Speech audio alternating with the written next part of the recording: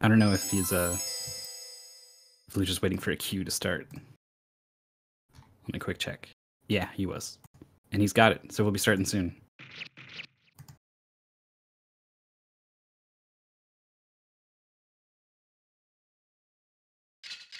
We're doing the catacomb route. That's the category for this run. And Lucha's got the record in this category, as well as Baby's Kids. Good ending is a little longer. Best ending, not as long as good ending, actually. Shows what I know about this game, but this is the shortest category by just a minute or so. And you need to jump down between the columns in stage 3 and fight a necromancer, carrying on towards Dracula from there. So you get different endings depending on who you save. You know, you're the Annette and the other one, Maria, yeah, are captured, and so saving them changes the ending. Pretty sure is the way that works. But we're going now. Timer's starting. Listen to this music.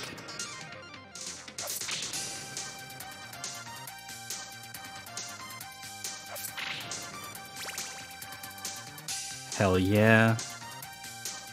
It's good stuff. Alright. Taking some damage boost in here. Very common in Castlevania games. Especially when you've got that knockback. We've got this backflip here. Very cool. And it actually is the fastest method of travel. And as long as you're, free to flip, you've also got the moonwalk as well. Which is, obviously very cool. But it also keeps you lined up for more backflips, so it can actually, be the correct way to proceed in a speedrun.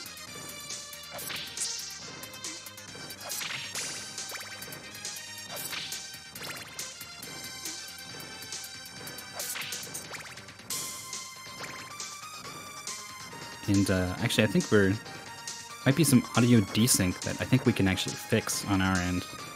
That I didn't notice, surprisingly enough, in the amazingly well put together and polished game that was Baby's Kids. But the first stage, just some really minor things, but otherwise seemed pretty solid, at least to my untrained eyes. First boss here, we got a super attack that eats up half of your juice in the top left, and does a pretty good job at taking out this first boss. Gonna go for the backflip catch. I think he canceled out of the backflip with the whip, because it just gets you a ton of height, and you get to catch that orb a little sooner, saving a little bit of time. First stage down.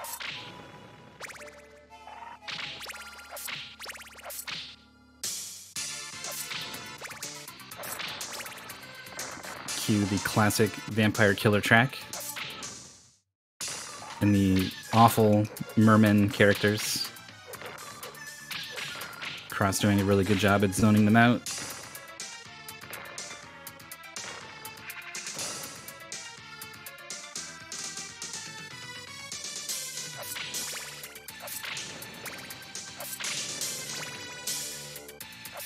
Actually spending a little bit of time walking on the ground there, a little bit slower than the jumping. But obviously with the way jumps work in Castlevania games, the sort of committed jump can't change your direction at all once you leave the ground. It means that once you jump, you're probably going to run into an enemy if you're just doing it willy-nilly. So the jumps are all planned out. And sometimes the jump is just too far, so you need to throw in a little bit of extra walking. I think we're lining up for a damage boost here, if I'm not mistaken. That was a hell of a damage boost. Not quite getting the height he needed. And I don't know if it was a health management resource preventing him from trying again. Looks like he's going to try to line it up again. And that one's good. No idea how much time that saved, how much stage just got skipped there. But second try ain't too bad. Pretty much the whole stage got skipped, actually, so onto the second boss already. Nice turnaround, throwing the crosses before he lands. Not sure if this boss is scripted or if randomness is a factor. He went with the crush, and he wasn't able to get the last hits he needed. So he dies in the corner. I'm not sure if he keeps the cross in this situation. And he does get hit by some enemies. He's getting a knife here, and he's getting the crap kicked out of him before he even gets into the fight. I have a feeling that this is a problem. You're going to be seeing some basic whip strats here. But I don't think Lucha is unprepared for this. He seems to know exactly how to handle himself in this situation.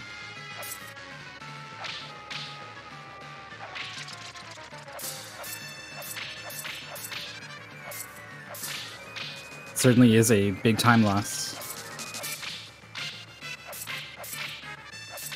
But it's just the only way you have to proceed in this situation. Nice job. Takes one last hit from the bats. It's not enough to take him out. I'm not sure. I bet if he didn't have the help, he would have died there.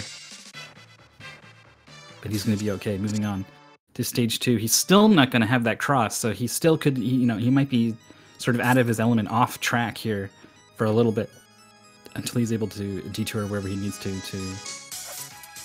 sort of get back on track. Oh, here it is. The bloody tears.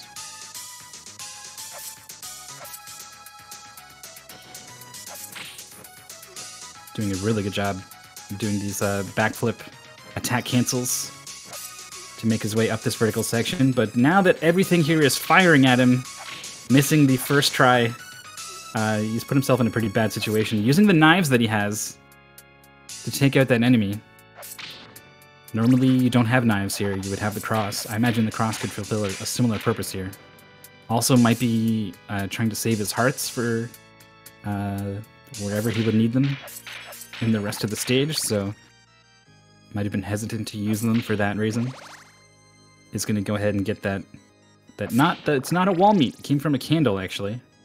Not too many Castlevania games where you get food from candles. Sort of sine wave moving bats here that are mostly in front of you, so not too hard to deal with on this ride through this underwater section.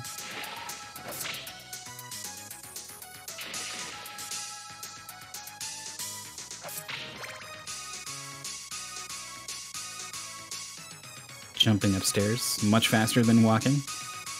And I think we're going to see a damage... Oh, it doesn't even need the damage boost. Just cleanly gets right up there. Tagged in the back of the head by a fireball, but didn't do too much damage. And here is... you might think it's a mistake, but that was stage 3, so... this is the required route for this category, the bad ending. We're going to be taking whatever route avoids saving our dear friends. Turns out Richter's not here to save them, he's just here for murder. That or he slipped and fell. The heroic quest ended. And he did that thing where you think there's an extra stair at the top of the staircase, and you go to step and you kind of weirdly stomp your foot, and then you look around to see if anyone saw you do it. He did that, basically, and fell down. And now his friends are doomed. But here we are in the catacombs. Making the best out of this weird situation. Doing the moonwalks. Throwing in some of those backflips.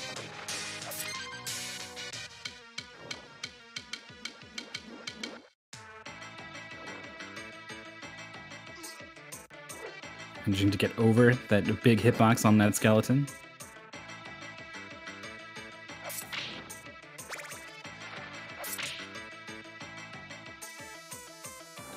Don't want to jump too high into the spikes.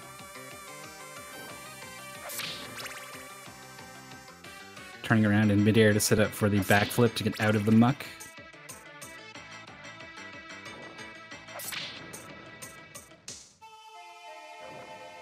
Pretty slow, deliberate section here. He's got an axe. I'm not sure if this is what he would like to have in the situation, or if it's just better than the knife he had before.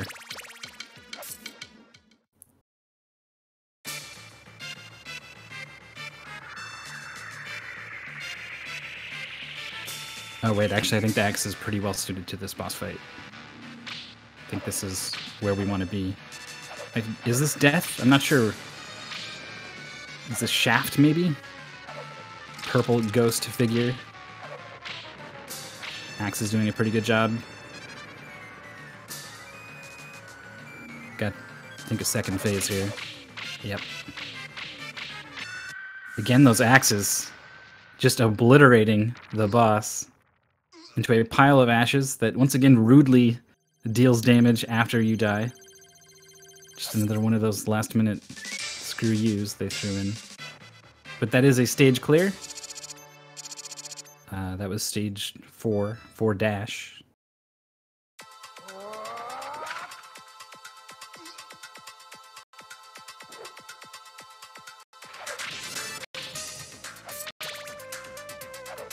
Bats carrying fleamen are the worst thing in any Castlevania game. And you can see why here. If you stay on top of the situation, taking out everything as it enters the screen, it's not a problem. But as soon as you miss one shot and something is in your way, it will very quickly spiral out of control, even for the best runners. So having a bit of trouble there. Not sure if we were looking at set patterns that they spawn in, or if it was random. If it was random, I can imagine that being truly a nightmare. If it was set, then definitely a bad place to make a mistake. At least you don't have to worry about the axe drop from Castlevania 1 in that section. In this case, the axe was a good thing, but we traded it out for the holy water. Another one of these double layer rooms with these spear enemies. And we're setting something up here. I think we're going to try to damage boost over this wall. No, he's just luring it out of the way. It's just that difficult enemy to deal with. But yeah, I was pretty sure there were some shenanigans to be done in this room. And I think we're about to see this incredible punt from this guy knock him straight up between two walls, through the floor, into the stairs. Nice job by Lucha. He's also low on health, too. I think would only really get one shot at that. Very scary situation, taking out the bats with the back of the whip. And the holy water as well. Take out the axe armors.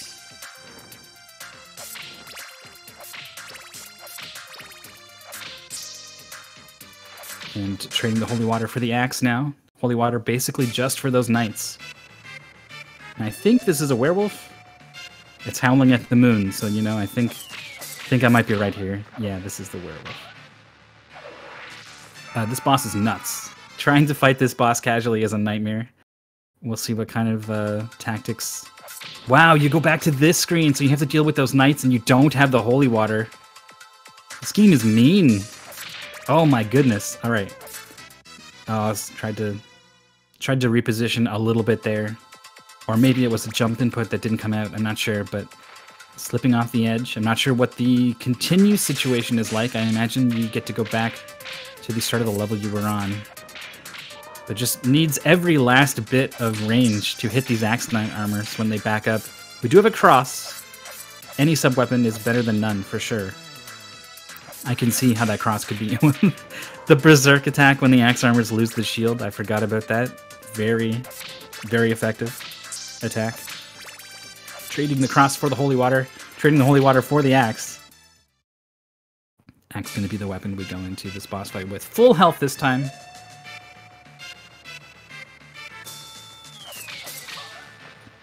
See if Lucha's able to pull this off here. Takes one hit. You can see here why the axes are useful, being able to land hits while the wolf is just hanging out on the wall. Gets tagged by that fireball, really weird hitbox on the fireball. Gets under that one. And then how... Oh.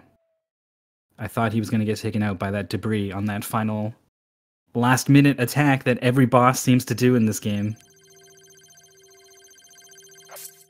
But he did have enough health to live through it. That, or you can't die in those sequences, I'm not sure. But cutting it awfully close. And moving on now.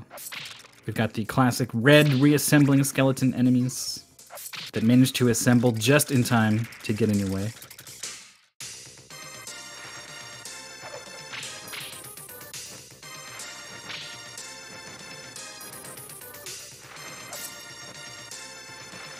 He's got 20 hearts and an axe. Not sure what kind of resources he's expecting to have in this situation.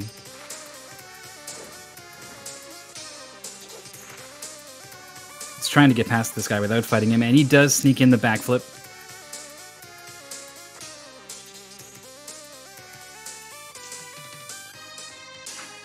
And of course, what Castlevania game would be complete without a clock tower?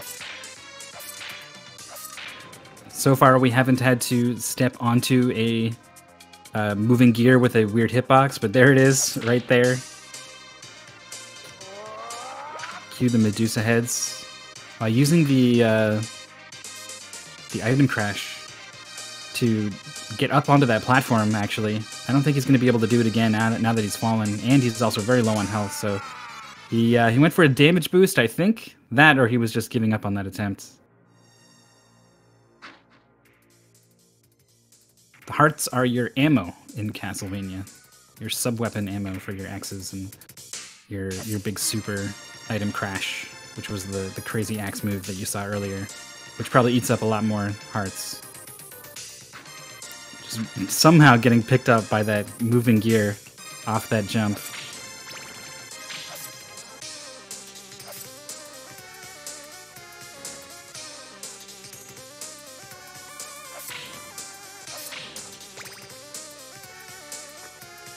Waiting out the Berserk attack from the Axe Knight and flipping over it, no problem.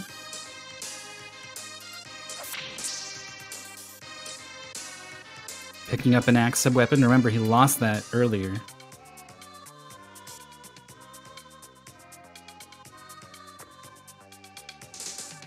Able to backflip jump off of both gears very well. Has lots of hearts. Lots and lots of hearts. We'll see how much usage he's able to get out of those with this axe. We have a horrifying looking skull monster thing. Skulls with eyes. Somehow worse than skulls without. The eyes have shot loose here and are very annoying. Stray axe shots actually took them out. You can see just how useful the axe is. He's saving a ton of hearts here, so I'm guessing that there is a phase 2 here. Yeah. No? Just one last desperation attack. Again. Filling in on commentary.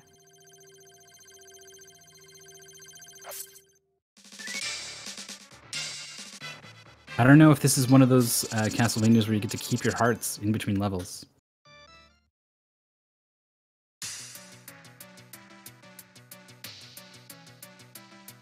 Is that a...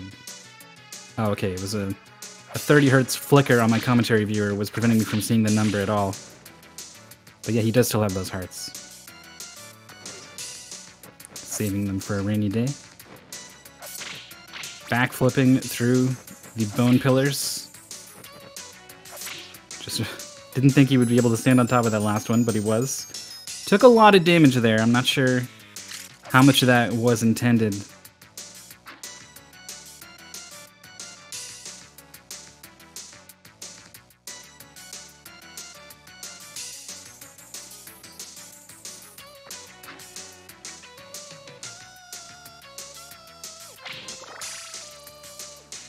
Doing pretty well on some of these moving platforms here. Axe Knight and Medusa, not going to be an issue. We've got that invulnerability. Choice of sub-weapons here. Doesn't want a clock or a knife, or a cross or a holy water, so we know that the axe is definitely the one he wants for the Dracula fight.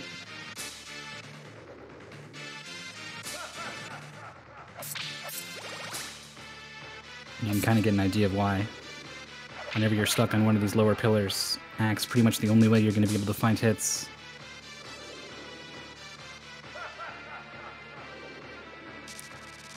Dracula somewhere off screen, not going to be able to get there in time. Spawning right on top of you is pretty rude.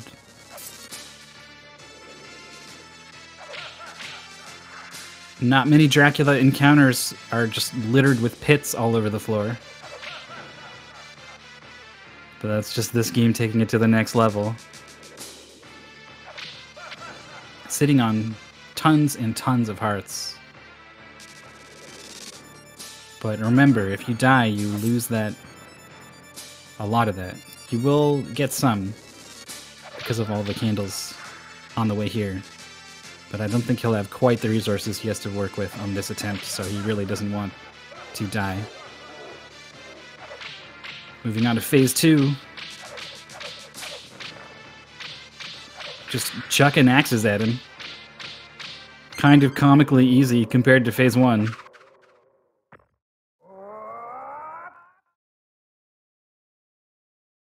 Weird delayed sound effect there from the item crash. But keep an eye on the timer. GG 1944. Gonna be the time. And in case you were wondering, Castlevania is anime. I guess more people are aware of this fact now that it actually has an anime with a second season that people seem to care about quite a bit. But yeah, some of these Dracula games with the cutscenes and stuff, it starts to show its anime roots.